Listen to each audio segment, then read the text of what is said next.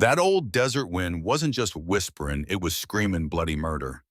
It ripped right across the red dirt plains, carrying sand sharp enough to peel the hide right off a fella, and the stale smell of whiskey drifting off the saloon porch. And right there on the edge of it all stood Ayanna Redbird, with one hand wringing the worn-out edge of her skirt, the other gripping the strap of a canvas sack that held every last thing she owned in this world. A busted comb, her mama's rosary, and a little scrap of blue cloth she just couldn't part with. Behind her, the saloon door flew open with a bang. Her own father stumbled out, 3 sheets to the wind, laughing way too loud for this time of day. "Well, looky there," he slurred out, "standing there like she's some little queen. That ain't gonna last long." Ayana didn't so much as flinch. She just stared straight ahead, her heart pounding a drum against her ribs. A man was standing over by the hitching post, a big old silhouette against that bleeding sunset. The brim of his hat cast a long shadow, hiding his eyes. This one wasn't drunk. He sure wasn't smiling. "Cullen Hawkstone," her daddy called out, swaggering over to him. "A man who settles his accounts. Ain't that so, friend?" Hawkstone didn't say a word. He just held a little leather pouch full of coins, feeling its weight in his palm. He tossed it up once, caught it clean, and then dropped it right into the drunkard's hand. The jingle of metal against calloused skin sounded an awful lot like chains snapping shut. Ayana's breath caught in her throat. "Pa," she whispered, her voice barely there. "Please don't do this." "Hush now, girl." His voice turned plain mean, full of poison. "You ain't my burden to carry anymore." He stuffed that pouch in his pocket and staggered off, vanishing back into the yellow glow of the saloon. For what felt like a lifetime, there was nothing but the wind and the sound of the stranger's boots crunching in the dust as he walked her way. Cullen Hawkstone stopped just a few paces off.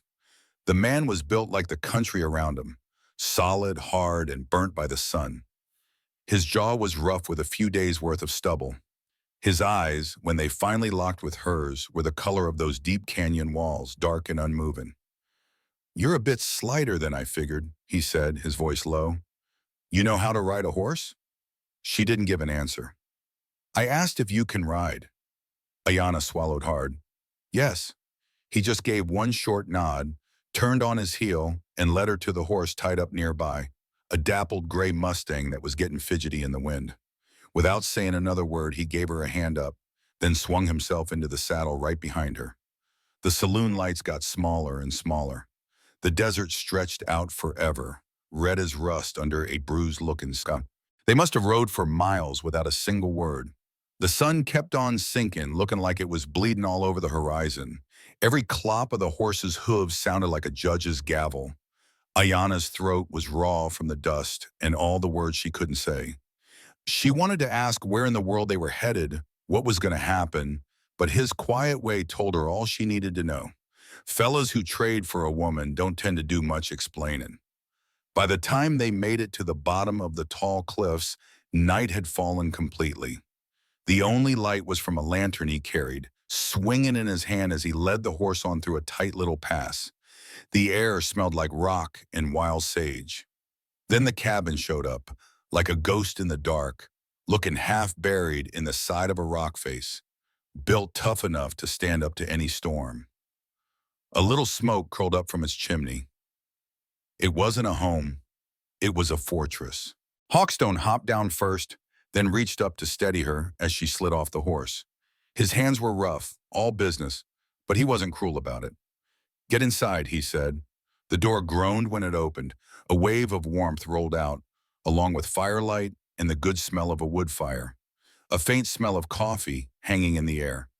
She stood just inside the door, afraid to step any further. A rifle was propped up against the wall. A pair of boots sat neatly by the fireplace. Everything in its place, clean and orderly.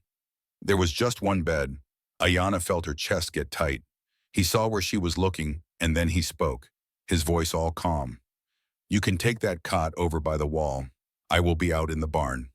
She blinked, not quite sure she had heard him right. You will what? I do not sleep indoors much anyway.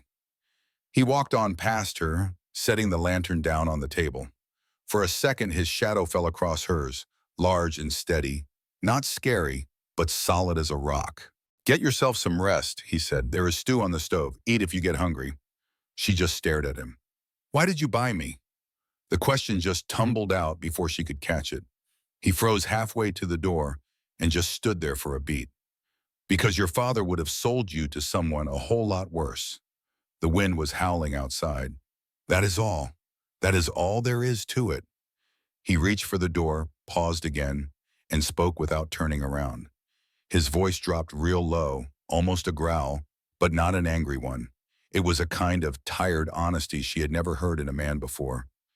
You were sold to me, he said, but I will not break you. The door clicked shut behind him. Hours later, the fire had burned way down low. Ayana sat on the cot, holding onto a mug of cold coffee. Every creak of the old cabin made her jump. She thought of the desert stretching out there, of coyotes yelping and men who would trade silver for a woman's pain. Why this man? Why the kindness? She did not fall asleep until the sun came up. When she woke, the smell of fresh-baked bread filled the little cabin. Hawkstone was outside splitting firewood with a slow, steady rhythm. He did not look up when she stepped out into the sunlight. Mornings, Firiayan, he said, like it was any other day, like she had not shown up like some ghost in the night. She hesitated for a moment. You did not have to make bread. He just shrugged his shoulders. Needed something to do with the flour. Sit, eat. Ayana sat herself down on the porch steps, just watching him. He worked like a man trying to outrun his own thoughts. Each swing of the axe felt heavy with an anger that was not meant for her. After a while, she found her voice. Do you live all alone out here? Why? He glanced up and his eyes met hers for the first real time in the daylight. They were gentler than she would have guessed. Because I am not good company. The answer silenced her, but it did not sit right with her. There was something else there. Something about him seemed broken. By noon, the desert heat had turned plain mean. She went to fetch water from the well behind the cabin, struggling under the weight of the full bucket. When she stumbled, he caught it with just one hand, setting it down gently beside her. You will get blisters fast, he said. You ought to wrap your hands next time. I can work. I did not say you could not. Their eyes locked again for a second, with a little spark that neither one of them could name. She was the one who looked away first. Do you ever go into town? Only when I have to. Then why were you there last night? He did not answer. Instead, he turned right back to the woodpile. The thud of his axe filled the quiet. That very night, the storm rolled in. Thunder rumbled across the flatlands like cannon shot. Rain came down hard, hammering the tin roof, finding its way through the cracks. Ayana was huddled up close to the hearth, pulling a blanket tight around her shoulders. Over the howling wind, she swore she could hear him yelling. And just like that, the door flew wide open. Cullen stumbled on in, soaked clean through, dragging a busted fence post. That danged horse got spooked, he mumbled. Took out half the fence line. You're gonna catch your death, she said, getting up in a hurry. Here now. He just shook his head, shucking off his heavy coat. I'm all right. But when he went to lift that post again, he winced hard. His shoulder was anything but all right. You sit yourself down. Her voice came out sharper than she meant for it to. You're hurt. He paused for a moment, then did as he was told. She found an old rag, tore it right in two, and pressed it clean against the scrape on his arm. He sucked in a breath through his teeth, but he didn't pull back. Being that close rattled her something fierce. His warmth, his quiet way, the smell of rain and iron. When she was done, neither one of them said a word for a good long while. Finally, he spoke up. Look, you don't owe me any mindin'. And you don't owe me no bread, she shot right back. He looked at her then, and something almost like a smile played on his face. It ain't kindness, not really. It's just seeing things for what they are. Outside, the thunder quieted down. Inside, for the first time, she felt like she could finally take a real breath. Before the sun was up, she woke to the silence. The rain was gone. Looking out the window, she saw him standing out there by the corral, a lantern in his hand with the whole wide desert stretching out behind him. He wasn't just the man who'd paid for her. He was a fella building walls to keep his own ghosts out. And it hit her, watching him out there, that maybe she was just one more of them. The sun came up burning hotter than the day before, blistering every little thing it touched. Ayanna finally woke for good to the far-off sound of a hammer. Cullen was already back outside, driving nails into a new post. She sat up real slow, blinking the sleep from her eyes. Her arms were aching from hauling all that water, her legs sore from riding that danged horse too long, but her heart felt calm for the first time in days. That scared her more than anything else. He hadn't laid a hand on her, not even to brush up against her thumb on her sleeve. She couldn't rightly say if that made her thankful or just plain mad. Inside the cabin, that bread from yesterday was still sitting on the table. She tore off a piece, chewed it down dry, then filled up a canteen from the water bucket and stepped on out into the heat. Cullen glanced up for a second, then went right back to his work. "You sleep all right?" She just nodded. "Your fence sure didn't. That fence has been looking for a reason to fall down for 5 years now. Last night just gave it a good excuse." He stopped his hammering. "You feel up to a trip to town?" Her stomach tightened into a knot. "What for?" "Need nails. More flour, too. If you're going to be staying, you're going to need some things of your own." He didn't even wait for her to answer, just went and untied the Mustang and swung himself up.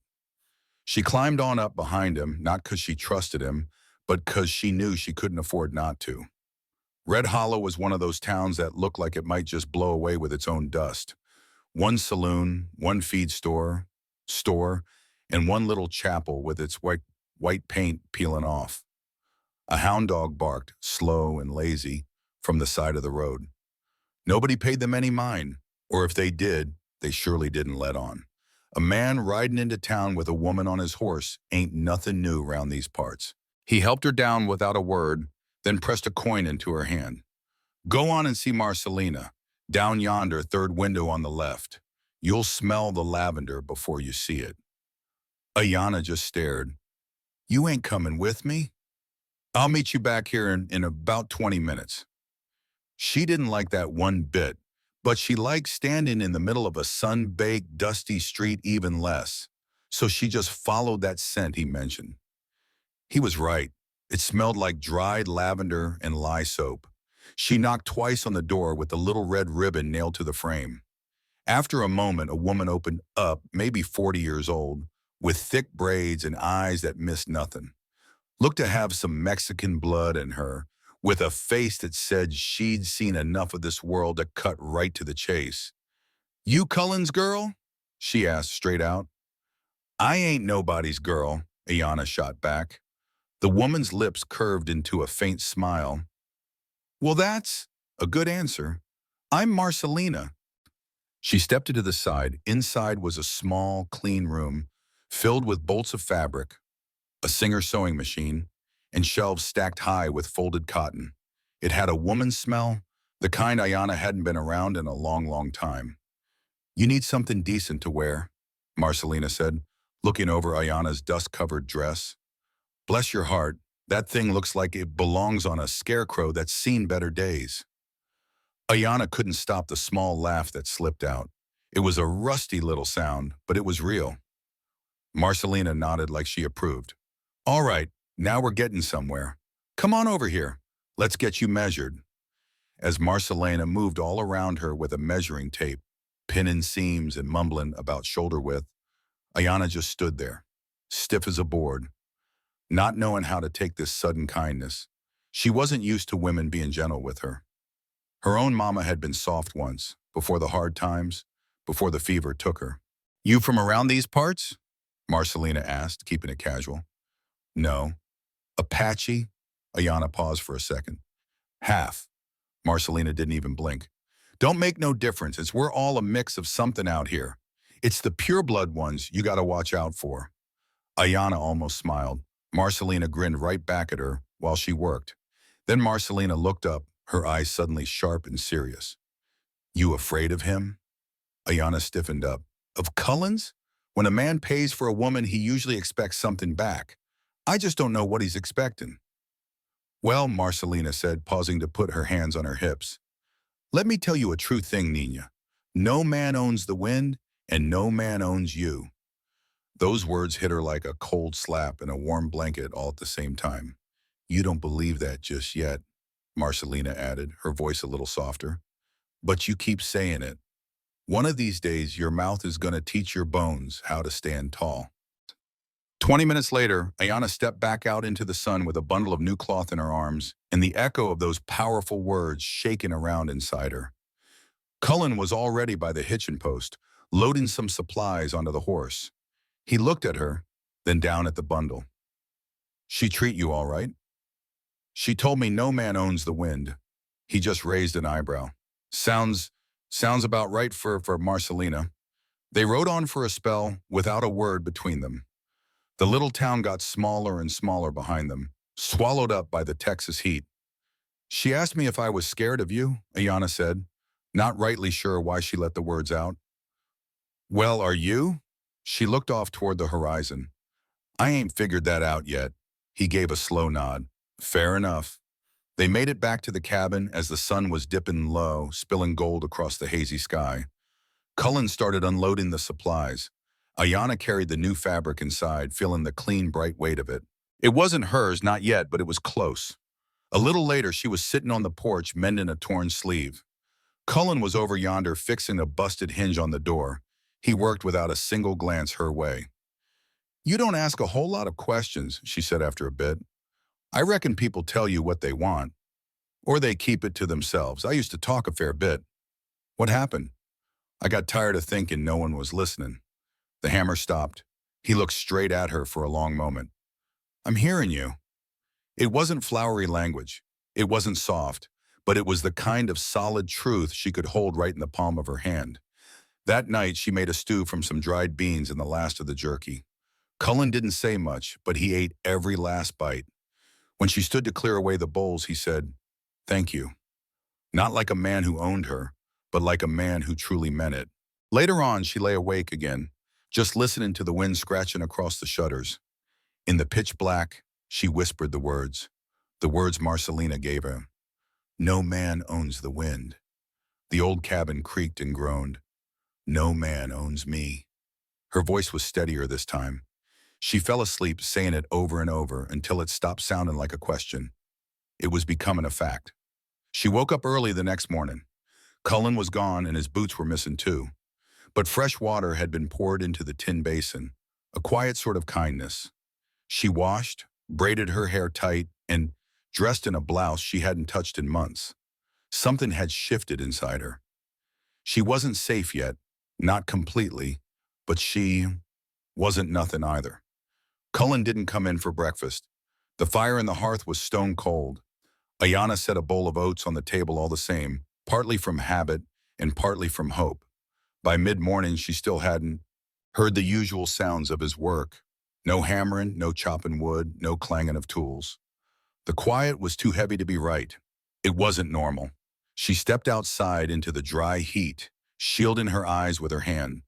The corral gate was hanging open, and the Mustang was nowhere to be seen. Then she spotted him way down the slope near the south fence line.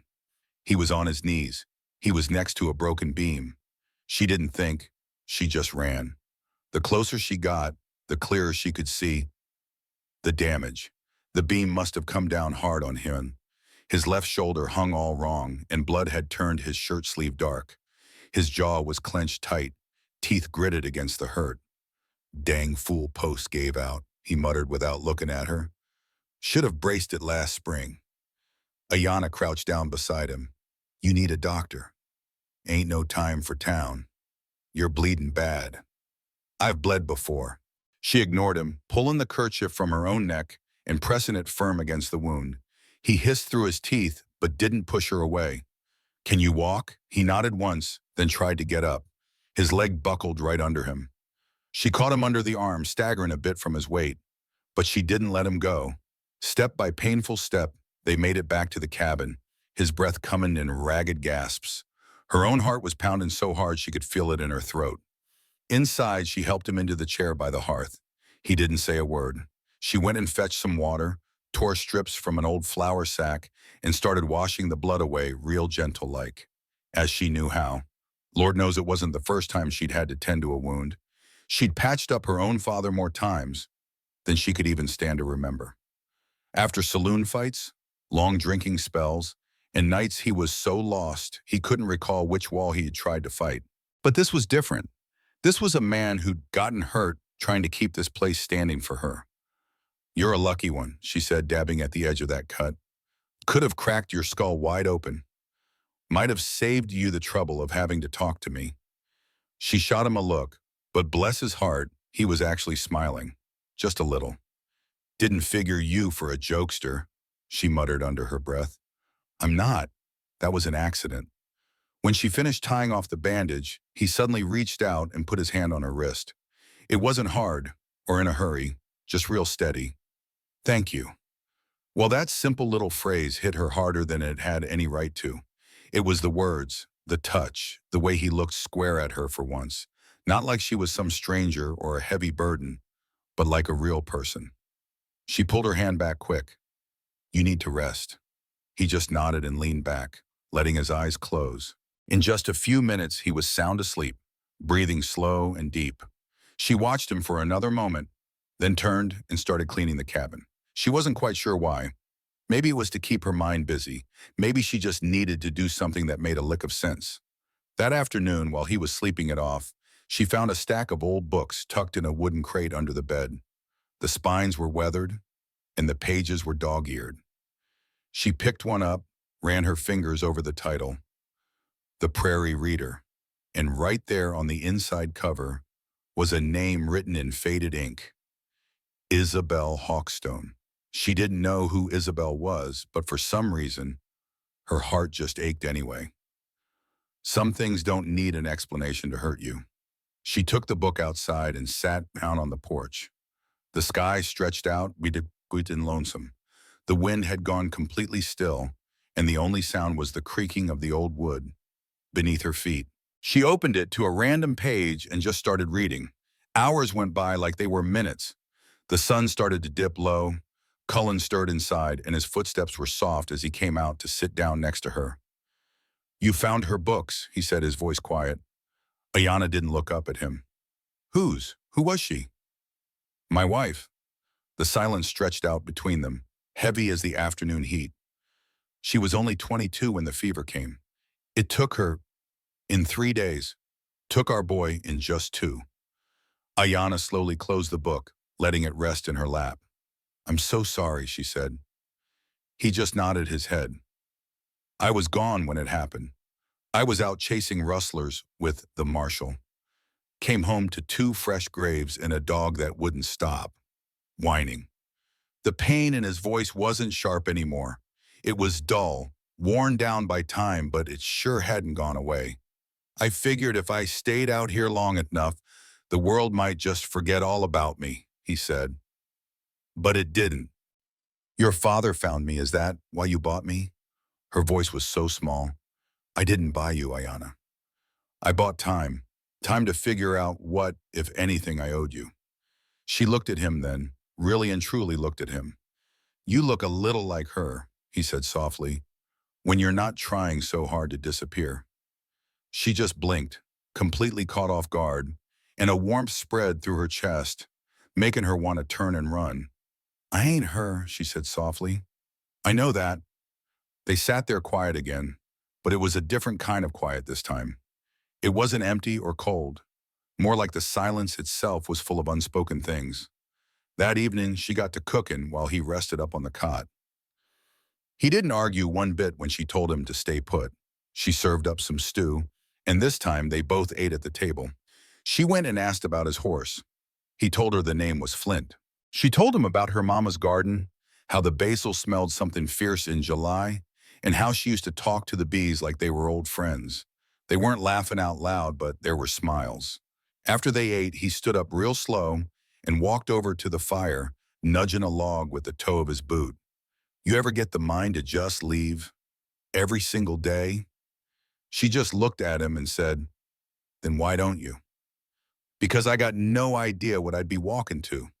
He gave a single, slow nod. That's fair enough. I reckon you ain't what I was expecting. She stood up and started gathering the empty bowls. You ain't either. Later on, after he had headed out to the barn, she pulled that book back onto her lap. But she didn't read a single word.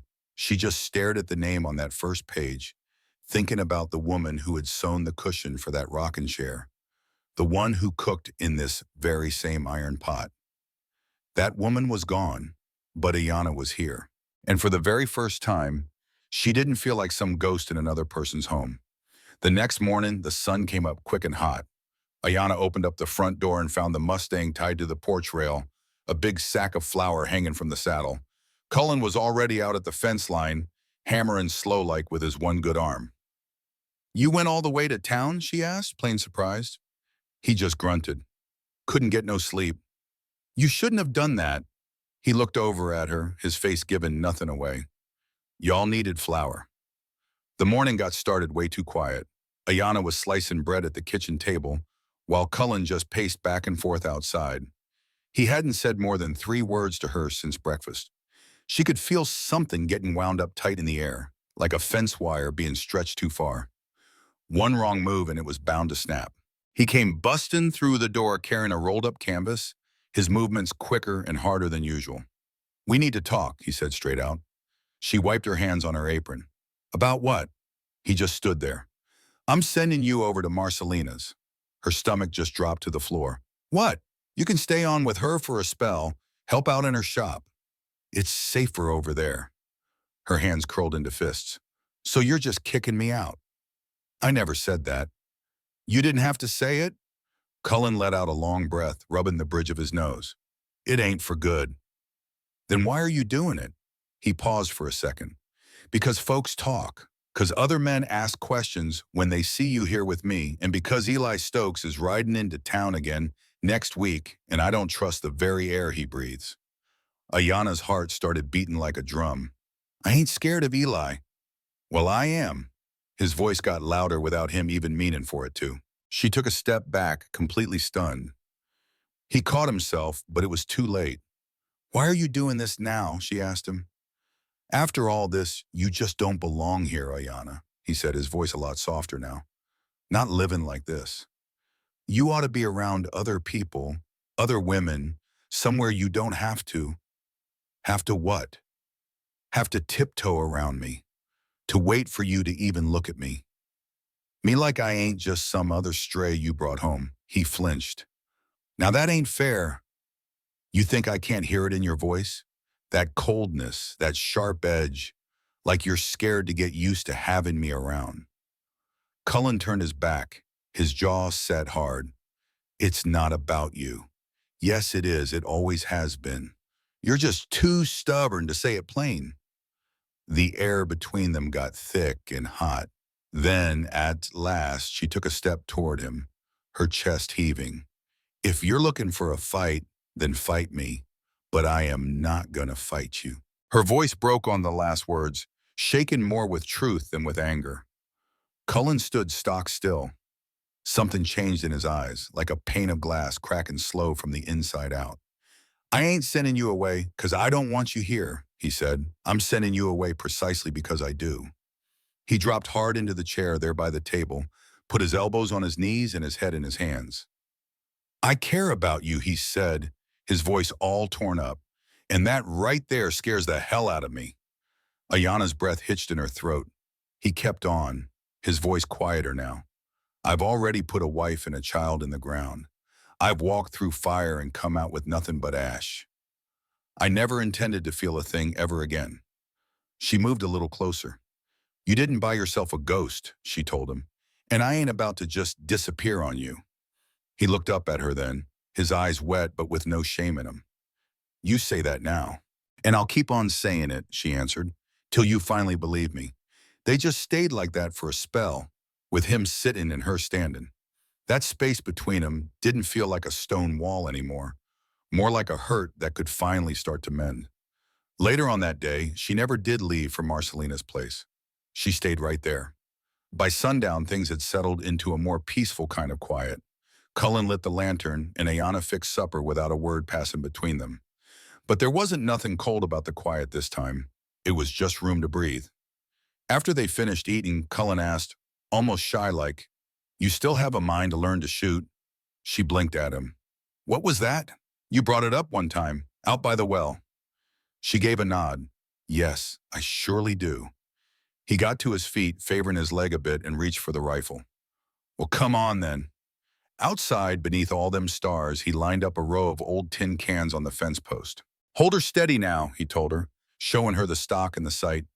"Let your breath out as you squeeze the trigger." She took the heavy rifle, her shoulders all tight. "Don't you fight the gun," he said, his voice real soft.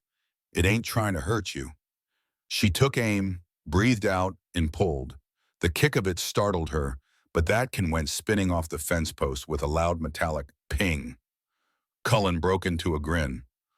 "Well, I'll be." She smiled as wide as Texas, feeling something swell up in her chest she hadn't felt in a long, long time. Pride. They took their turns at shooting until the stars seemed to shine brighter and their laughter carried on out into the trees. It wasn't loud, but it was genuine. When they got back to the porch, she handed the rifle back to him, their fingers brushing for a second. This time, neither one of them pulled away. "I'm still going to town tomorrow," she said, "to go see Marcelina." "I know, but it's not 'cause I told you to go." He looked her right in the eye. "I wouldn't ever ask that of you again." She fell asleep quicker that night, and when she woke up for the sun, the smell of sizzling bacon was drifting through the cabin. Cullen was making a real mess of cooking. She let out a little laugh and took over the eggs, for he could scorch them too. He poured out the coffee, and then he surprised her with a second mug. Just black, with not a speck of sugar. She cocked an eyebrow. "You remember every little thing a person says?" She stirred her eggs, trying to hide a smile. Later on at the trading post, Marcelina gave Ayana a knowing little smirk. "Well, look at you, glowing like a sunrise," she teased. "It's just the sun." "Uh-huh, sure." They folded cloth quiet-like for a moment before Marcelina leaned in close. "You didn't cut and run," she said, her voice low. "No, you stayed put. Even after he pushed, you just pushed right back." Marcelina passed her a little jar of dried lavender. "Good. You keep on pushing. That man's got walls built up, higher than the church steeple. But I see the way his eyes follow you." Ayana tucked that jar safe into her satchel. "We ain't there yet." "Oh, you'll get there." As she stepped out of the shop, Ayana spotted a figure lounging against the saloon railing, tall and lean, with a smug little curl to his lips. He gave his hat a tip when he laid eyes on her. "Morning, ma'am." She didn't break her stride, but Lord, she knew that voice. Eli Stokes. Back at the cabin, Cullen was putting a fresh edge on a blade. When she told him Eli had shown his face, his hands went still. "Did he say anything to you?" he asked, his voice real low. "No, he just looked." "Sometimes that's worse," Cullen muttered under his breath. They didn't have much of an appetite for supper that night. The whole sky felt heavy and still. Before turning in, Ayana stood out on the porch, just staring out into the pitch black. "I ain't afraid of him," she said, more to herself than anyone. "Well, you ought to be," Cullen's voice came from behind her. "He don't hurt folks like other men do. He smiles while he's doing it." She glanced back over her shoulder. "Then I suppose we won't give him the chance." The next morning started quiet, but it was a different kind of quiet. Not the tense, cold kind. It was the kind that settles between two people who don't need to fill the air with chatter. Ayana got the coffee brewing while Cullen went to feed the horse. She watched him through the window pane, his slow, easy gait, the gentle way he patted Flint's neck, like he was talking to an old friend. She poured out 2 mugs and set one right by the door. When he came inside, all dusty and flushed from the sun, he picked it up and just stood there a second. "You remembered." "No sugar," she said simply, wiping her hands on a dishcloth. He gave a single nod. "Thank you." That was all, but it meant more than a whole book of poetry from another man. They sat out on the porch after breakfast, not saying much. The wind carried the sweet smell of mesquite and the faint clang of that busted fence he still hadn't gotten around to mending. "I got something for you," he finally said. After a bit, she turned to look at him proper. "What is it?" He reached deep into the pocket of his worn-out coat and pulled out a little wooden box. Nothing fancy, just pine wood carved by rough but careful hands. She lifted the lid. Inside sat a pair of turquoise earrings, shaped just like little raindrops. She couldn't help but gasp. "They're Apache," he said, his voice quiet. "I traded Eli's old saddle to get 'em. That was a good one." She blinked, saying, "You really didn't have to do that." He kept his gaze down. "I know." Her fingers hovered over the earrings, hesitant to touch them.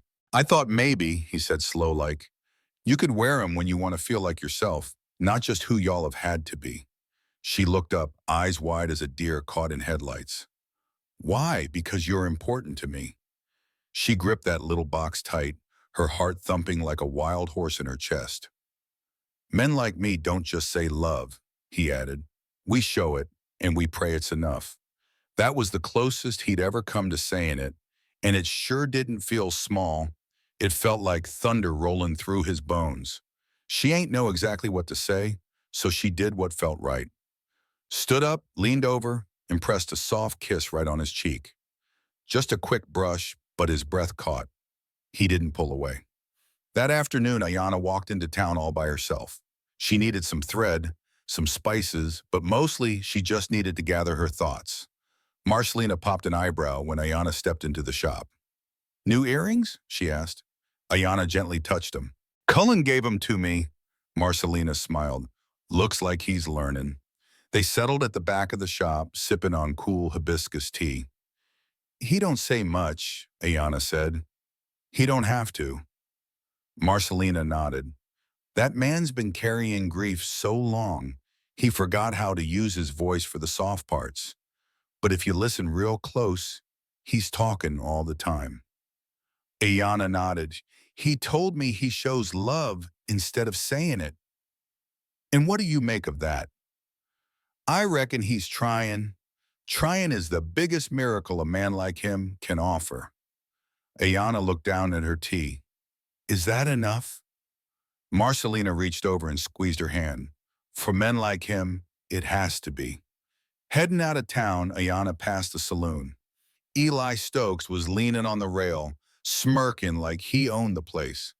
"Nice beads, sweetheart," he jeered. "Your cowboy playing dress-up with his property." She didn't answer. He stepped closer. "What's he got you doing out there? Wash blood off the porch or warming his bed?" She stared him down straight. "Touch me and you'll lose your hand." He just chuckled. "Spunky! No wonder he's all wrapped up in knots."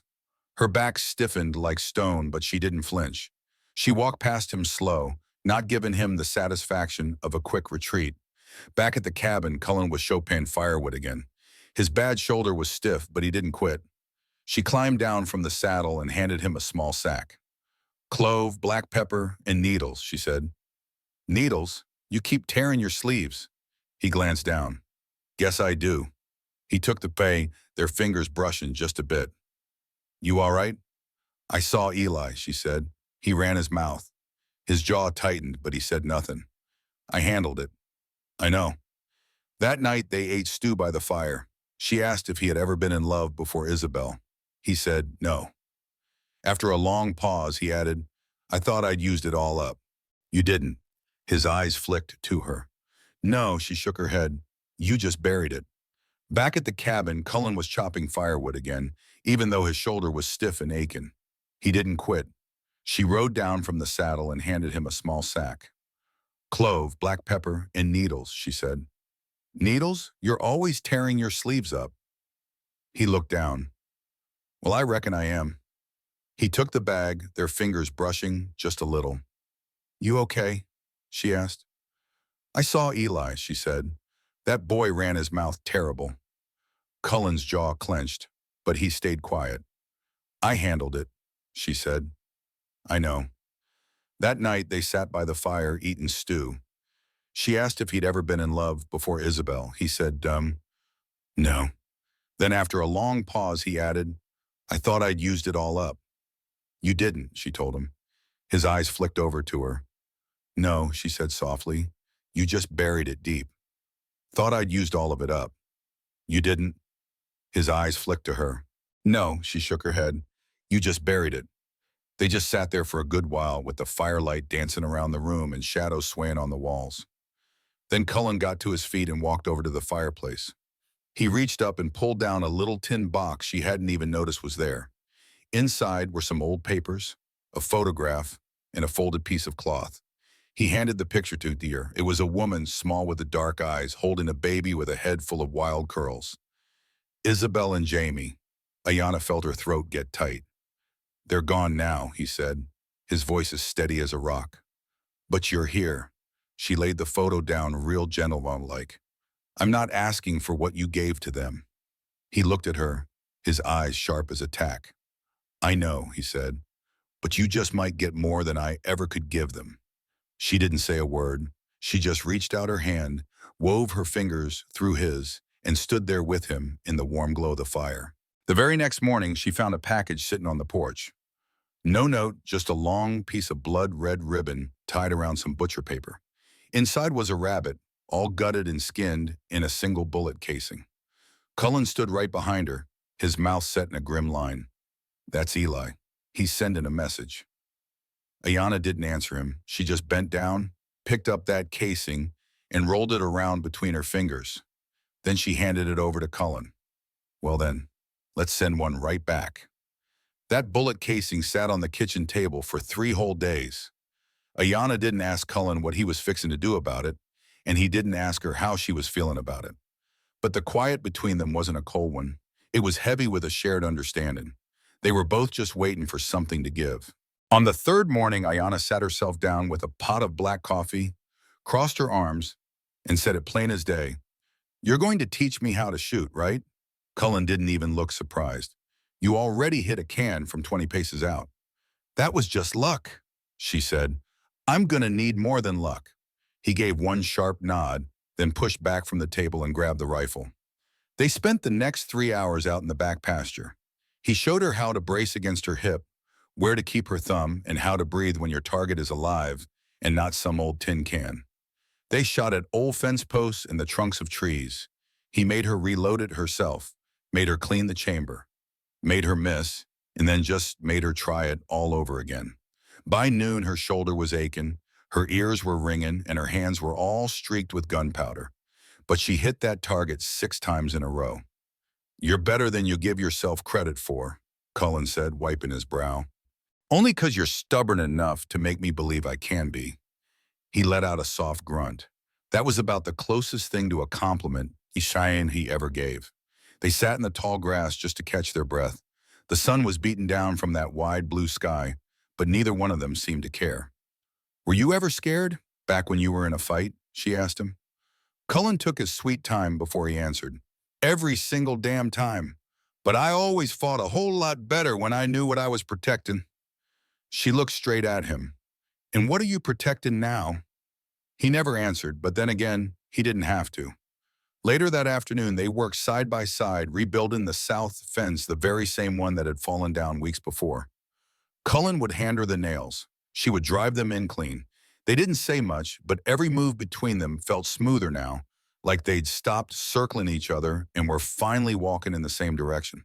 When she accidentally whacked her thumb with the hammer, she hissed. He reached for it, her hand without a second thought, looking it over real careful, gently rubbing that bruise. You all right now? She just nodded. Trust ain't built on words, he said. It's built on weight. What you carry and who you're willing to carry it for. Ayana just stared at him, the warmth from his hand steadying her right down to her boots. That's why I'm still here, she whispered back. His eyes locked with hers, and it's why I wake up every morning wanting to give it another shot. The next day, they rode on out into town together. Ayana was dead set on bringing the rifle. Cullen didn't put up a fight. Over at Marcelina's shop, Ayana helped unload the supplies. Inside, Marcelina was mending a torn wedding dress for one of the local girls. She waved him on in, then her eyes landed on that rifle on Ayana's shoulder. Well now, finally getting serious, I see. Ayana cracked a smile. Nobody's gonna be sending me messages anymore without getting an answer back. Marcelina nodded slow-like. Good. Just make sure your answer makes them pay for it. Cullen stood quiet-like by the door, watching the street through the shop window. Ayana couldn't help but notice how still he was. and how focused. After they left the general store, Cullen led her over to the sheriff's office. Sheriff Hobbs was an old fella with gray eyes who wore his badge like it weighed more than his sidearm. "Y'all hear about Eli?" he asked, hardly looking up from his papers. Cullen nodded. "Heard he's back to stirring up trouble." Hobbs scratched at his chin. "That boy's been trouble since the day he could walk. Can't do a blessed thing till he puts a blade in somebody." "He already has, just not round here. You got proof of that?" Cullen just shook his head. "Nope, just his history." Hobbs leaned back in his chair. "Then you best watch your back, and watch over your girls, too." Back at the cabin, Ayanna started unpacking the groceries while Cullen checked the property line. They were moving in sync now. If she reached for the flour, he'd pass her the jar. If he stepped outside, she knew exactly which way he was headed without ever needing to ask. That evening, they ate in silence again, but this time it was a comfortable quiet. After the dishes were done, Cullen reached in for a small bundle wrapped up in linen cloth. "Got something else for you," he said. She raised an eyebrow at him. "Another gift, huh?" Felt more like a peace offering. She unfolded the cloth and found a leather holster, a small one made just for her size. It was hand-tooled with some real pretty patterns. "You made this yourself?" "Started on it last week. Figured you might be needing it soon enough." Ayanna ran her fingers along the stitching. "It's just beautiful." "You earned it." She buckled it round her hip and stood up a little straighter. He couldn't help but smile. "I feel ready. You are." They stood there in silence for a second, the fire just crackling behind them. Then she looked right up at him. "If something happens, if Eli decides to make a move, I want to stand with you, not behind you." He didn't even flinch. "Then I'll teach you how." Come daybreak, Cullen led her out past the ridge to a hidden patch of land where the brush grew up thick and high. He taught her right there how to move low to the ground, how to track with your eyes before you move your feet, and how to listen for footsteps instead of just hearing them. "You think like something being hunted," he told her. "I need you to start thinking like something that fights back." And she sure did, learned faster than a jackrabbit in a brush fire. By the time the sun set, her shirt was streaked with dirt, her face sun-kissed, and her eyes held a sharpness he'd never laid eyes on. "You've got a real knack for this," he told her. "Had to grow one," she shot back. Back at the cabin, they sat on the porch steps, sipping cool water, their legs stretched out, long and aching. Cullen finally let out the words that had been stuck in his craw all day. "You ain't just surviving anymore." Ayanna just looked out at the horizon. "Neither are you." That night, they laid awake in their own beds, but the quiet between them buzzed like a river fixing to jump its banks. He had a mind to reach out. She had words on her tongue, but neither of them did. Not yet. The next morning, a rider came tearing up the path from town. A young fella covered in dust and looking wide-eyed. He didn't even get off his horse, just hollered from the trail. "Sheriff sent me. Eli's kicking up trouble near the old rail yard. Said you'd want to know." Cullen's gaze met Ayanna's across the porch. She stood right up, cinched her holster tight, and gave a firm nod. "I'm going with you." He didn't put up a fight, just handed her the rifle. They made it to the rail yard about mid-morning. The dust hung in the air like smoke, and the old depot stood all crooked, half swallowed by weeds. It was the kind of lonesome place you could scream your lungs out and no one would come running. Cullen gave Ayanna the sign to get down from her horse, his eyes sweeping the ridgeline. She slid out of the saddle and pulled her rifle from its scabbard, her hands steady as a rock. Even with her heart hammering in her ears, they moved like a shadow, and the wind, silent and sure-footed.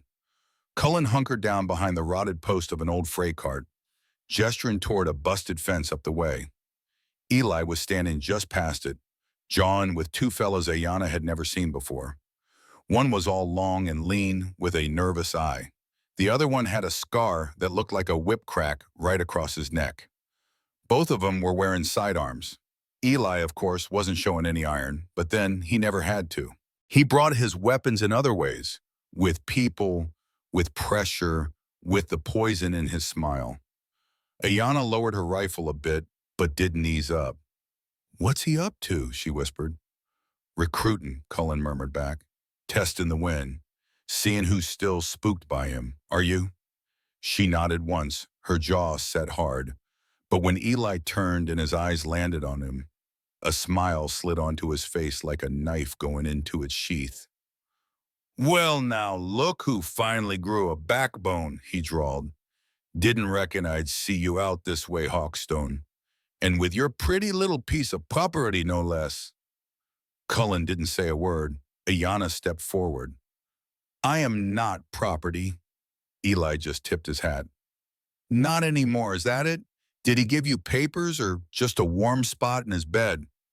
The second I stop fighting is the second I belong to him again," she said, her voice ringing out clear and loud.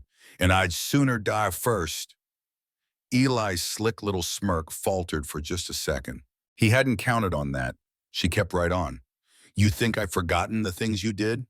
You think it because you got a new coat and are missing a few teeth? That makes you any less of a monster?" "Careful now, sweetheart," Eli warned. "You raise your voice like that, you might just attract some coyotes."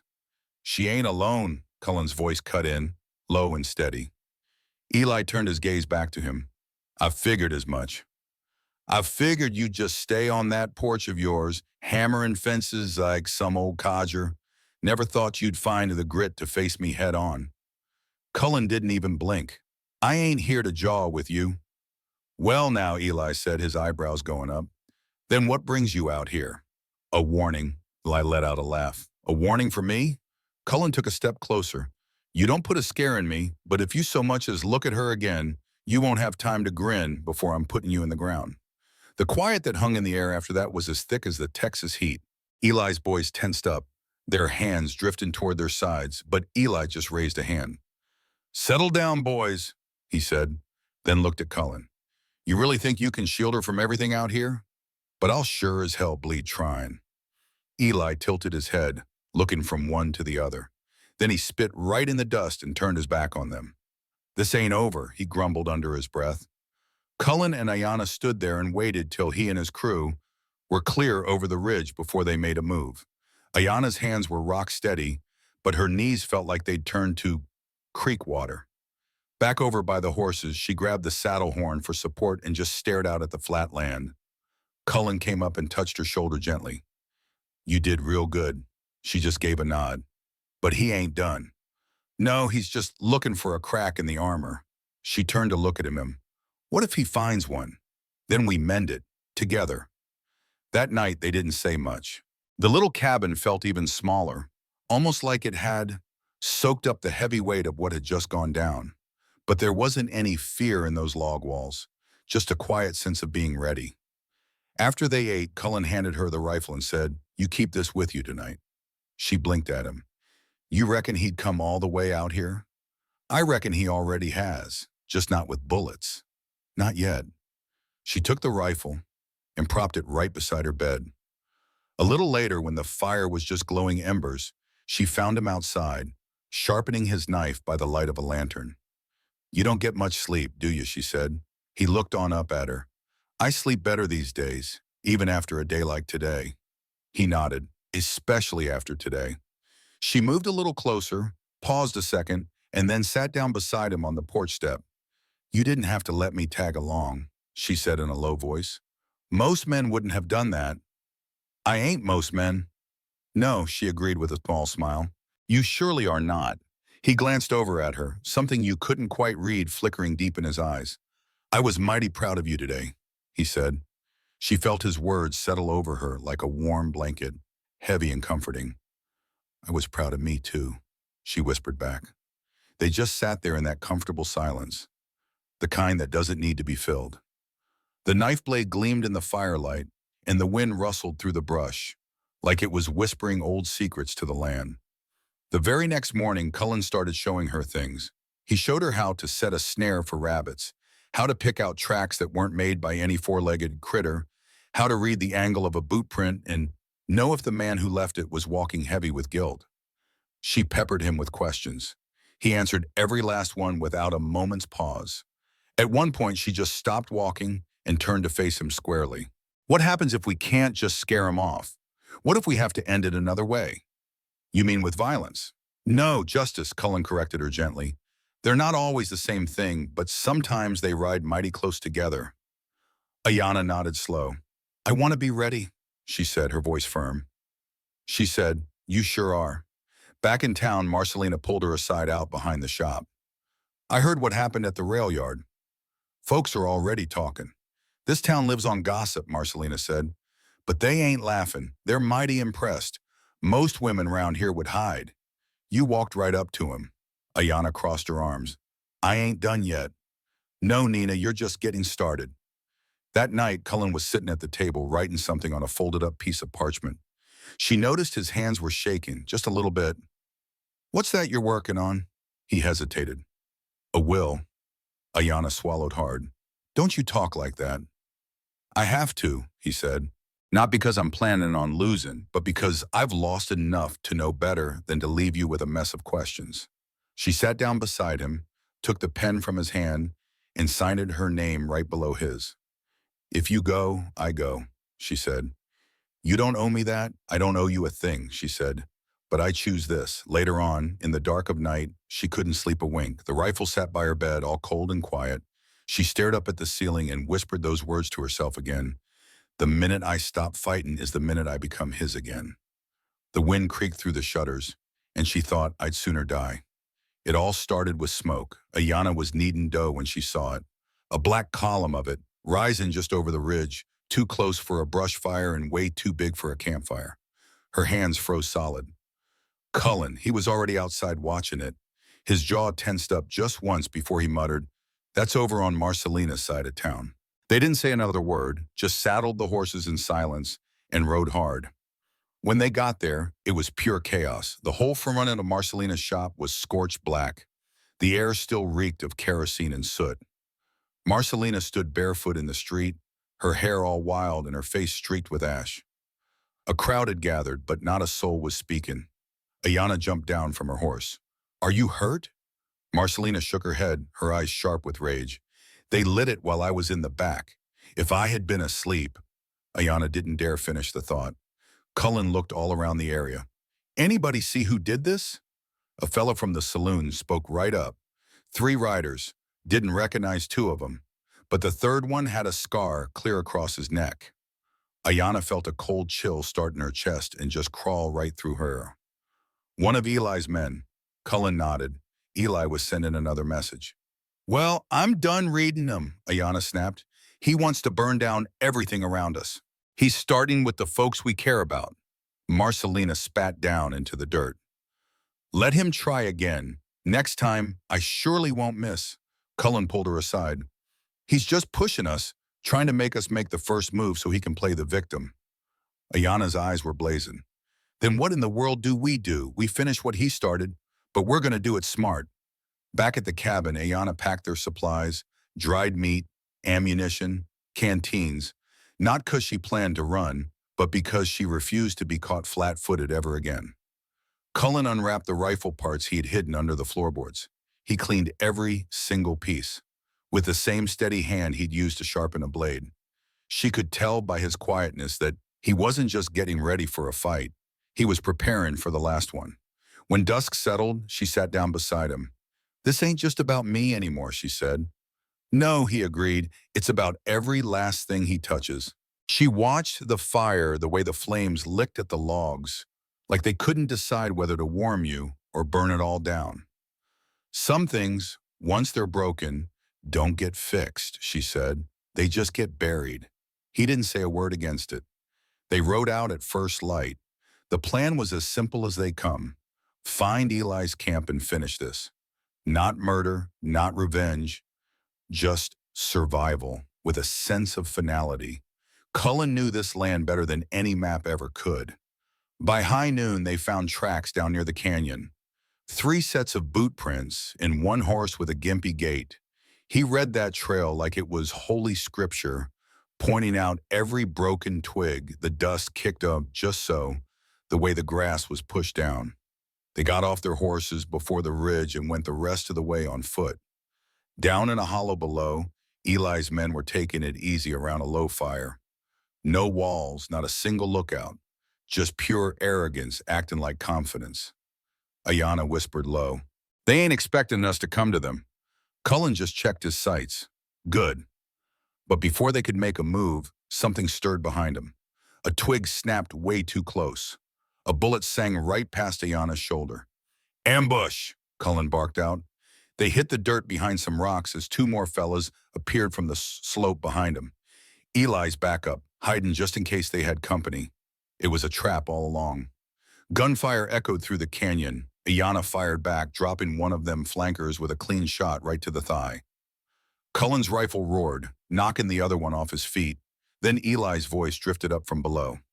Well, well now, he called out. Didn't figure you'd bring your little bra right to my front door. Cullen stood up slow from behind the rocks, his rifle still ready. We ain't playing games anymore, Eli. Oh, I know, Eli said back, stepping out where they could see him. He wasn't holding a gun, just a smirk, and the look of a man who figured the rules were for other people. I'm not here for talking, Cullen warned. Then shoot me, Eli dared him. Go on now, right in front of her. Let her see the kind of man you really are. Ayana stood up right beside Cullen.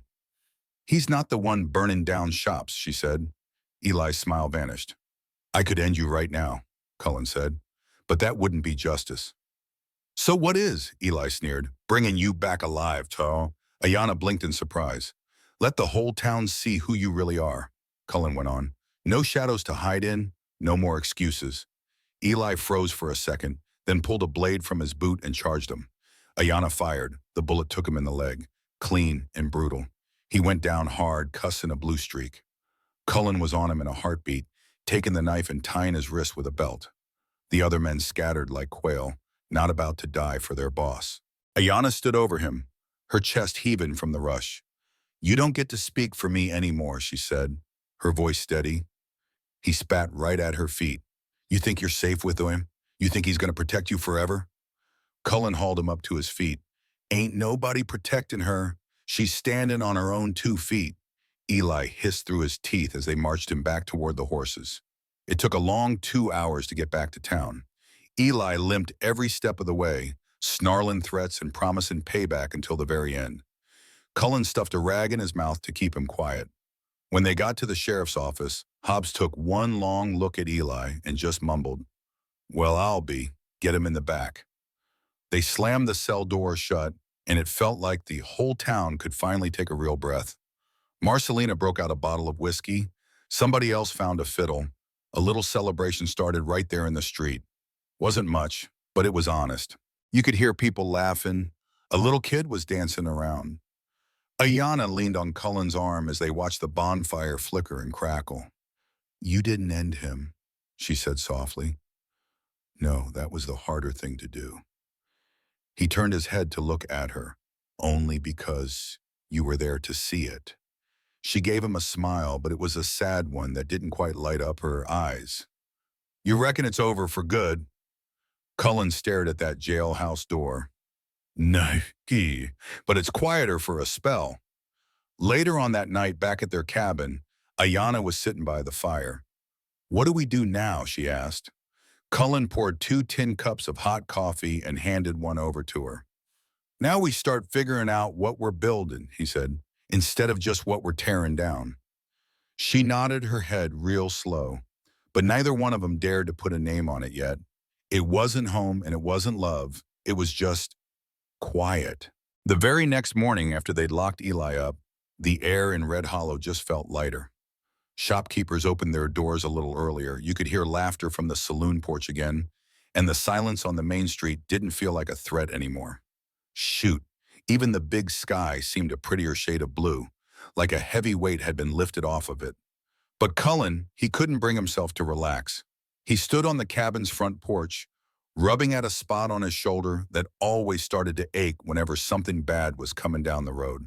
Old habits, old wounds. He tried to tell himself it was just a sore muscle. By mid-morning, Ayana was out back hanging wet laundry when she saw a little plume of dust starting to curl up on the horizon. A single rider. She squinted her eyes. Got company.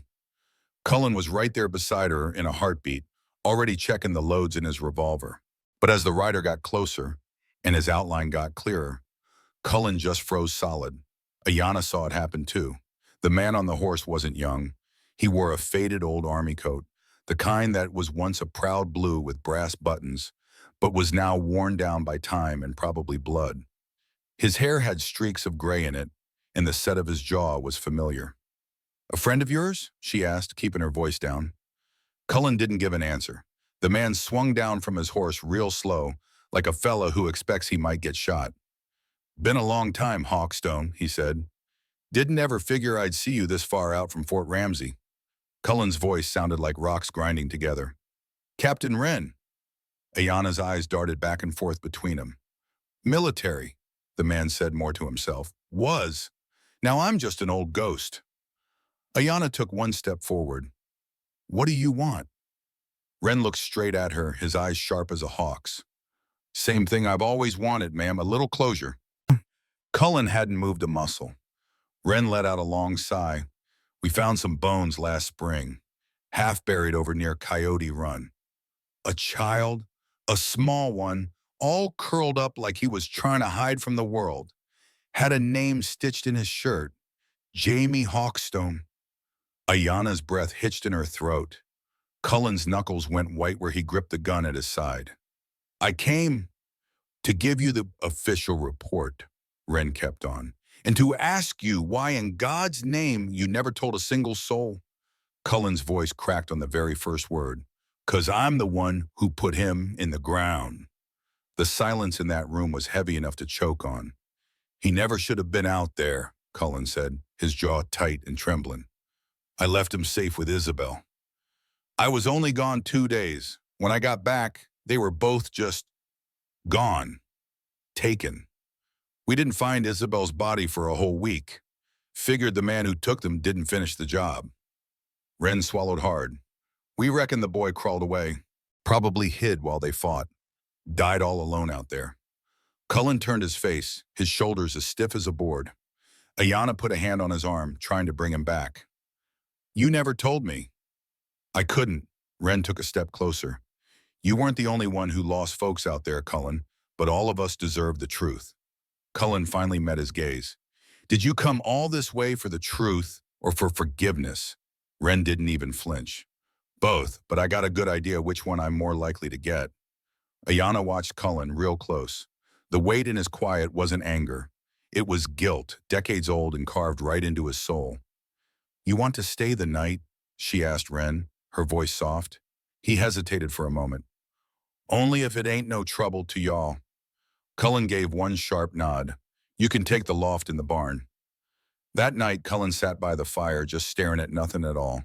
Ayana brought him a cup of coffee and sat down next to him. "I just didn't know how to carry it," he said. "All that grief." "Oh, you did. You carried it into every single corner of your life. You just never learned how to set it down." He finally looked over at her. "You're still here? After hearing something like that?" "I don't run from people's pasts, Cullen, especially when they didn't get to choose them." He let out a long, slow breath.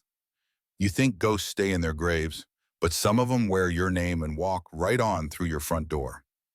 She laid her head on his shoulder. "You're not haunted," she whispered. "You're just still healing." The next morning, Wren joined them for breakfast. He talked about Fort Ramsey, about who had died and who just drank themselves there. He mentioned a new colonel who was letting bandits pay him for protection, selling off pieces of Red Hollow for bribe money. Ayana frowned. "That means us." Wren nodded. "I reckon so." Cullen leaned forward in his chair. "So why are you telling us?" "Because I didn't just come for old bones. I came to ask a favor." "I'm listening." "There's a shipment of rifles heading south. They're meant for the black market. I know where and I know when. I aim to intercept it, but I need somebody who knows this land. Somebody who ain't afraid to shoot." Cullen didn't even blink. "And what happens if we do this?" "Maybe not a blessed thing," Wren had to admit.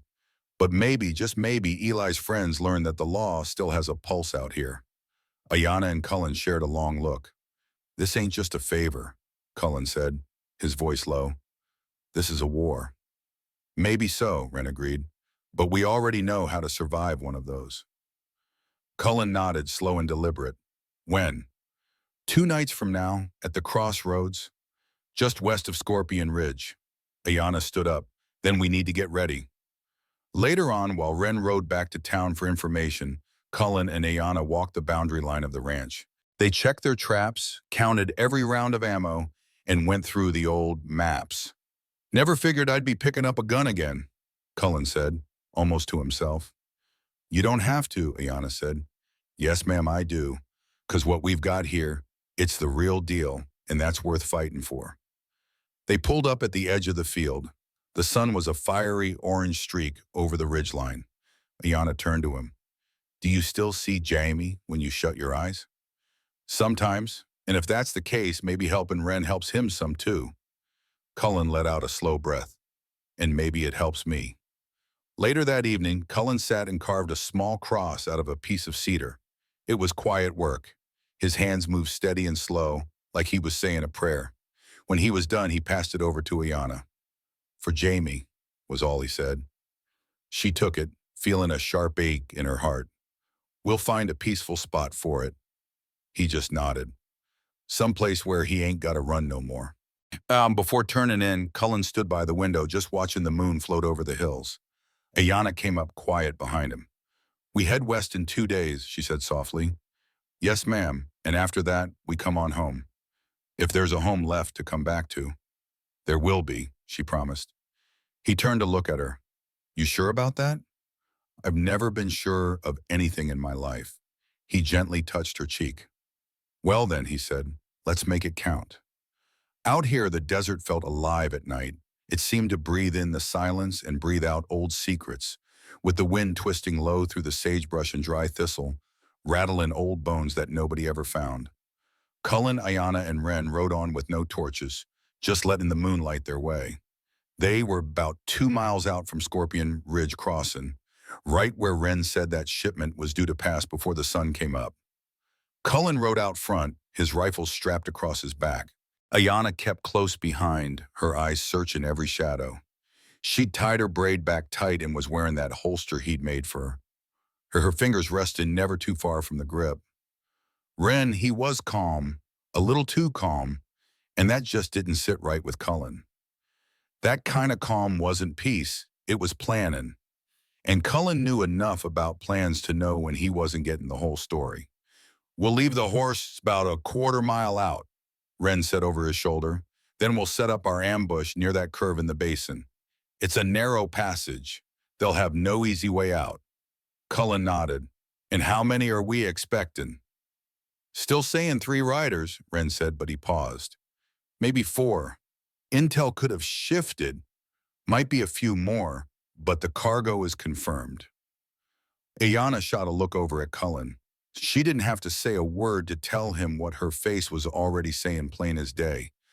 "We're walking into something a whole lot bigger than he told us." And they got off their horses without a sound and crept the last stretch on foot, staying low and ducking behind big rock formations. They crawled low through the gravel. Up ahead, the basin curved like a long, dried-up scar on the land. They took their positions, Cullen up high with a long rifle, and Ayana and Wren down below, closer to the pass. It was well past midnight when the riders finally showed. 5 of them, not 4, and they were all armed, just sharp shadows against the ridge line. They had one wagon covered with a tarp, pulled by a tired-looking mule, the kind of setup that wouldn't draw a second glance, not unless you knew what might be hiding underneath. Beside Ayana, Miss Wren went stiff as a board. "On my mark," he whispered. She just stared at him, a cold, sick feeling starting to rise up in her gut. "Wren, wait," she said. Just then the first rider passed the stone they'd marked. Wren raised his hand. Up on the ridge, Cullen held his fire, his breath. Then Wren's hand fell. All hell broke loose in the dark. Ayana was quickest on the draw, putting the lead rider down with a clean shot to the shoulder. Cullen put a round in the wagon wheel, stopping it dead in its tracks. But then, it happened. One of them riders wheeled round and sent a shot right toward the low rocks. A sharp, ugly cry shattered the quiet, and Wren went down. Ayana scrambled over to him. Blood was already pooling up at his side. Cullen laid down some cover fire for her as the rest of the riders scattered, leaving the wagon behind. 2 horses took off like a shot. One fellow was still breathing, groaning as he crawled for some cover. After that, it was dead quiet. Cullen got down from his perch, fast, and reached her side as she put pressure on Wren's wound. It went clean through, she said, real quick. Hit a lung, I reckon it's bad. Wren coughed, a little blood showing on his lips. Damn fools knew we were coming, he rasped out. Somebody talked. Cullen's jaw went tight. You think it was one of theirs? No, Wren whispered. Someone on our side. Back in town. Watching. Ayanna looked up at Cullen. This wasn't just some black market deal. This was a setup, plain and simple. He gave a grim nod. We gotta move him, she said. Now. They got Wren to the wagon and laid him down gentle-like in the back. For the time being, they paid no mind to the shipment, boxes of rifles, grenades, and one single crate with military seals on it. That ride back was a rough one. Wren kept drifting in and out, whispering names Cullen hadn't heard in a dog's age. It ain't the lead that gets you, Wren mumbled one time. It's the trust you put in someone for the hammer falls. Cullen knew just what he meant by that. By the time they finally made it to Red Hollow, the sun was coming up. Marcelina was already out on her porch. She saw the blood and hurried to get her doors open. They laid Wren out on the table, cut his coat open, and did what little they could. Marcelina stitched up the wound, and Ayanna cleaned it out with whiskey, while Cullen just paced the floor. He ain't out of the woods yet, Marcelina warned him. But if he can just make it through the night, Cullen nodded. Ayanna stepped outside for a minute to wash her hands. Her reflection in the water bucket caught her by surprise. She looked older, somehow. Tougher, but not cold-hearted. Cullen came and stood beside her. We made it out, he said, just barely. I should have called it off when he said maybe 4 riders. You trusted him? I trusted the man I knew 10 years ago, Cullen said. Not the one who's been trying to outrun his own ghosts. Ayanna wiped her hands dry on her pants. Aren't we all? They went back to the wagon. Cullen pried open that sealed crate. Inside, they found government papers, maps, and coded messages. Proof that somebody way up the ladder had approved the shipment, and probably the ambush too. Ayanna picked up one of the envelopes. This here is more than just guns. This is leverage. Cullen shut the lid. Then we'll just hold on to it till we figure out who's really pulling the strings. That evening, they sat and watched Wren sleep.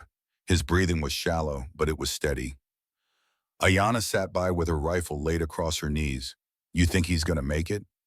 Cullen didn't answer right off. I reckon he wasn't planning on it. So what's the plan for this thing? She asked, jerking her head toward the crate. We wait for whoever's coming to claim it. Ayanna squinted her eyes. You really think they'll show? I'd bet my last dollar on it. They took turns standing guard that night, with Cullen taking the first watch. He watched till midnight, then Ayanna took over.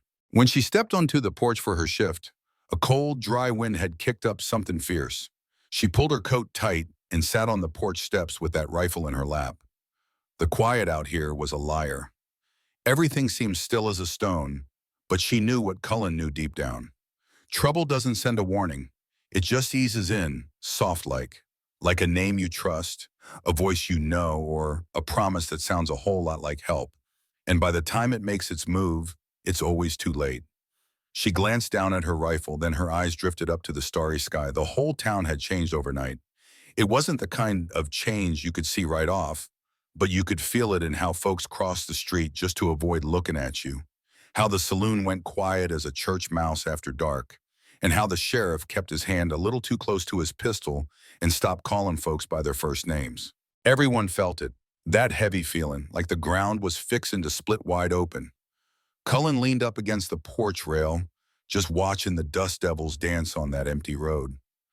He hadn't slept a wink. Ayanna could tell by the way his shoulders were all bunched up. Someone's on their way, he said real low. She just nodded. You reckon it's about the crate? It's always about the crate, what's inside it, and what it's going to prove. Behind him, Wren started to stir on his cot. He looked pale as a ghost, still weak, but his eyes were clear. Y'all need to hide that thing, a long way from here. Cullen turned his head. They already know where to look. You can't outrun a wildfire, Wren, he said, his voice all scratchy. Not when you're the one holding the match. About mid-morning, a rider appeared, a lone figure on a jet-black stallion, wearing a clean gray suit and boots so polished you could see your face in them. He wasn't a soldier, and he wasn't a drifter. He was a messenger. Cullen stepped out into the street before the man even swung a leg over his horse. The rider handed him a sealed envelope and said, "Only he's coming." Then he turned that horse around and rode off, calm as you please, like he'd just delivered the mail. Ayanna came up and stood next to Cullen. Who in the world is he? Cullen just stared at the fancy seal on the envelope. Government, he said. Washington, I'd wager. He tore open the letter real slow. The message inside was short, typed out, and had no name on it. Hand over the documents by midnight, or you'll burn right along with them. They all gathered back in the cabin. Wren was propped up with some pillows, his face looking gray but his mind sharp as a tack. That ain't a bluff, he said. This isn't some back alley threat. This is official business. A sanctioned hit. Ayanna started pacing the floor. On a town full of civilians? Red Hollow's a no man's land, Cullen said. Technically, we ain't under anyone's protection. The perfect place to make a problem disappear. They'll make their move at night, Wren added. Quieter that way, less folks to see it. Cullen pried open that crate again and just stared at what was inside. If we give this to them, they'll bury it deep, and then they'll bury us. So what are we going to do? Ayanna asked. We're going to get the jump on them, Cullen said. We send this crate west. I got a contact in Santa Rosa, someone who ain't afraid to make a whole lot of noise. And we stay put. He gave a firm nod. We stay. They spent the next 6 hours getting ready for a fight. Marcelina brought by some food and some news. Said the sheriff had suddenly decided to take a trip, and a few of Eli's old boys were spotted back in town. She wasn't aiming to cause trouble, just watching. Cullen gave her the crate and a horse, said to ride on through the night. If you're not past Black Ridge by sunup, you turn south. She clasped his arm tight. You're a damn fool, but you're a good one. Then Ayanna hugged her. Ride safe now. Once Marcelina was long gone, they started fortifying the cabin, reinforcing the doors good and proper. They dug shallow trenches out behind the shed and readied every last bullet. Cullen and Ayanna stood outside as the sun was getting low. You reckon they'd really kill a whole town just to bury this? She asked. I think they don't see it as a town, just a page they're aiming to tear out. Ayanna stared way out at the horizon. I never figured I'd be right here, not in a million years. Fighting for land I never asked for.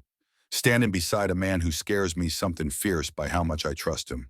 He turned and looked at her. You scared of dying? She shook her head.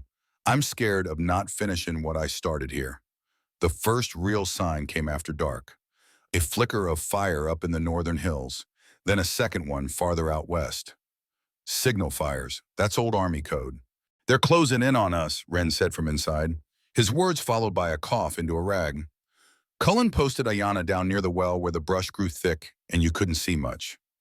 He climbed the barn ladder himself to get a view from the ridge and keep an eye out for movement.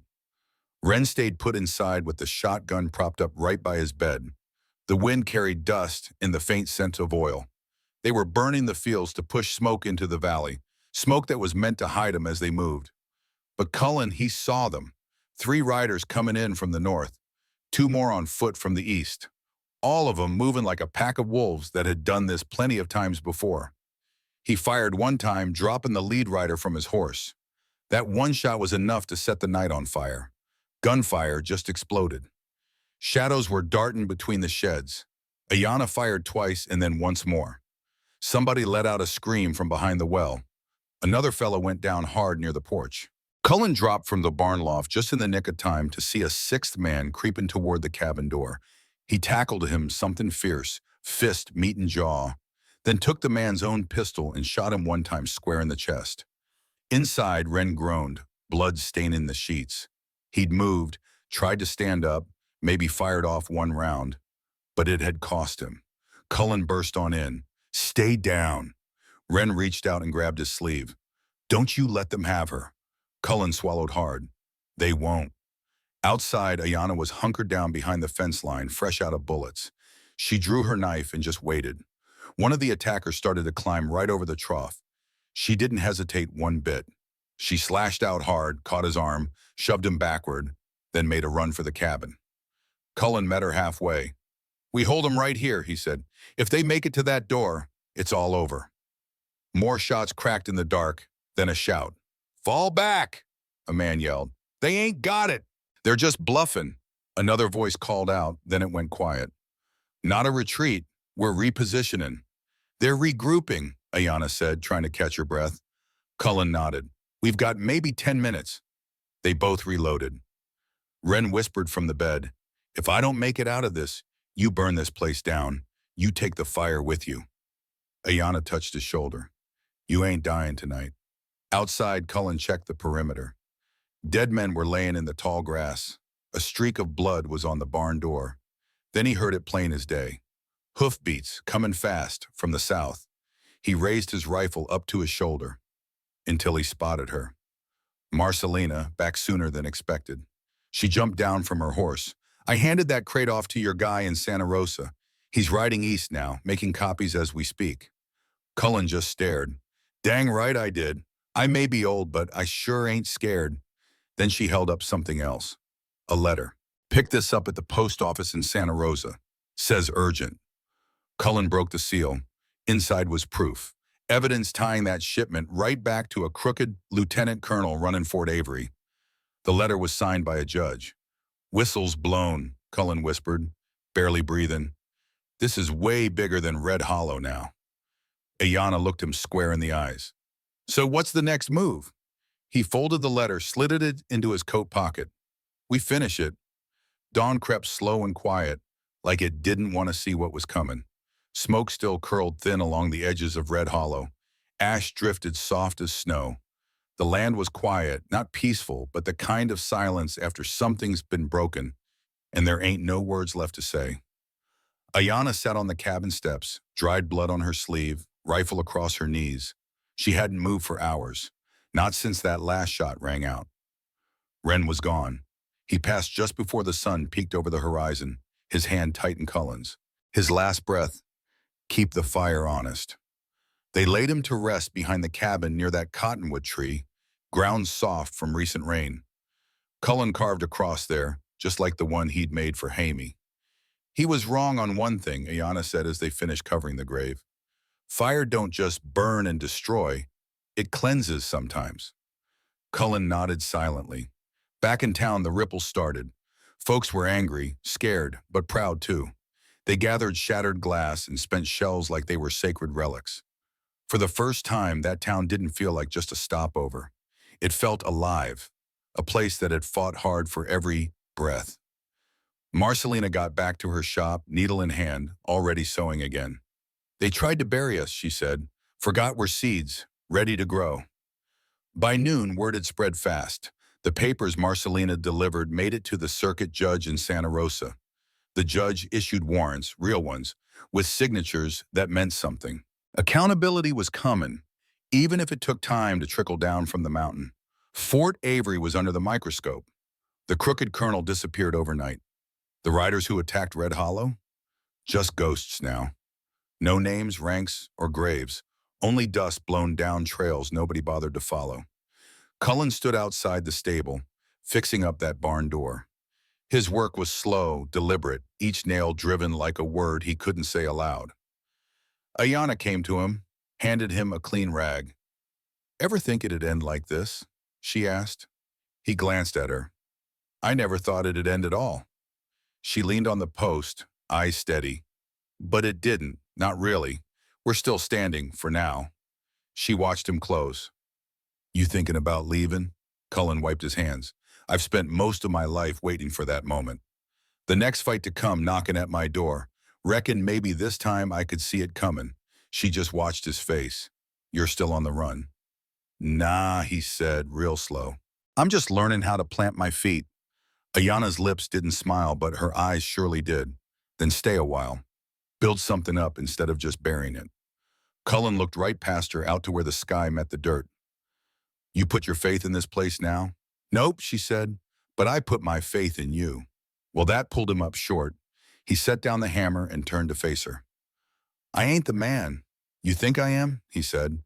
"Not all the time, anyhow." "You don't have to be," she replied. "You just have to keep making the better choice." He looked down at the ground, had to clear his throat. "I figured I'd never be worthy of a quiet life," he said. "You don't earn a quiet life," she told him. You make it yourself. That evening, the town got together for a small gathering. Nothing formal, just folks passing plates around. Laughter that sounded a little shaky, but was honest as the day is long. A fire was built right in the center of the road. It wasn't a warning, and it wasn't a weapon. It was just plain warmth. Cullen and Ayana sat on a bench over by the general store. Kids were running past with sticks, making like they were rifles. Some fella played a harmonica, all off-key. Marcelina was dancing with a ranch hand, the two of them laughing like they hadn't nearly checked out just 48 hours before. "I don't know what this place turns into," Ayana said. "Me neither," Cullen replied. "But maybe that's the whole point of it." He looked over at her. "You reckon we could ever be more than what first threw us together?" She didn't miss a beat. "We already are." He gave her a slow nod. "You saved my hide." She kind of tilted her head. "That's a funny thing to say." "I was thinking you saved mine." They sat there in the quiet for a good long while, watching the firelight dance across all those tired faces. Later on, when the crowd thinned out and the night started to settle in, Cullen walked her back to the cabin. The stars were out, endless and steady, not caring one bit. She stopped on the porch. "You reckon Jamie would have liked this place?" Cullen swallowed hard. "I reckon he would have liked you." She reached out and took his hand. "Well, then let's build something he would have put down roots for." In the weeks that came after, the cabin became more than just shelter. Cullen went and fixed the roof and put up a porch swing. Yana planted some herbs and lined the windows with dried sage. Travelers started stopping by again. Folks with nowhere else to turn, hoping Red Hollow might just have room for one more. Marcelina opened her shop for good this time. She sewed up uniforms for a new town watch. All volunteers, not soldiers. Just people with scars and a whole lot of grit. The sheriff, he never came back. Can't say a single soul missed him. And as for the crate, it was gone, passed along through hands they would never get to see. On up the chain of justice that always moves slow but sure. But the truth it was carrying had already finished its job. Red Hollow wasn't invisible anymore. It wasn't weak, and neither were the people who called it home. One morning, Cullen sat out on the porch with a hot mug of coffee. Ayana stood there beside him in her bare feet, just watching the sun burn a red line across the top of the canyon. "You still waiting for the floor to drop out from under us?" she asked. He shook his head slow. "No. Just soaking it in, seeing things go right for once," she smiled. "Well, it might be time to stop looking and start living then." He reached over, his fingers finding hers. A soft breeze rolled in. The earth didn't tremble, and for the first time, the quiet wasn't holding its breath. It was earned. Some tales end with a flash of light, and some end with the sun going down. Theirs ended with a simple choice, not to ignore the pain they'd been through, but to build a good life anyway, together.